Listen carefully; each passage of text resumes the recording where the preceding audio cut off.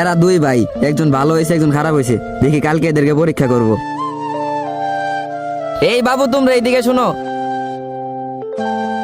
জি ভাই বলেন। শোনো, তোমাদের দুই ভাইকে আমি পরীক্ষা করব।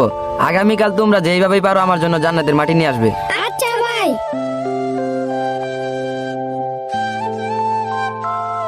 কি তোমরা কি মাটি আনছো? আরে ভাই, মাটি কোথায় থেকে নিয়ে আসবো ভাই? জান্নাত তো আকাশের উপরে। ও আচ্ছা, বুঝছি, তুমি আনছো। জি ভাই, আমি নিয়ে আসছি। এই জানেন আরে বাবু, তুমি জানো না জান্নাত তো আকাশের উপরে, তুমি কিভাবে নিয়ে আসলে? ভাই, আল্লাহ তাআলা বলেছেন মায়ের পায়ের নিচে জান্নাত। মা যেখানে বসেছিল আমি সেখান থেকে মাটি নিয়ে আসছি, কারণ মায়ের পায়ের নিচে জান্নাত। হ্যাঁ, ঠিক বলেছো। তুমি পরীক্ষাতে পাস করেছো। তুমি তো সারাদিন সিগারেট খাও আর টই টই করে ঘুরে বেড়াও, তুমি এগুলা বুঝবে কিভাবে? ভাই আজকে তো কাম পড়ে রেখে করবো।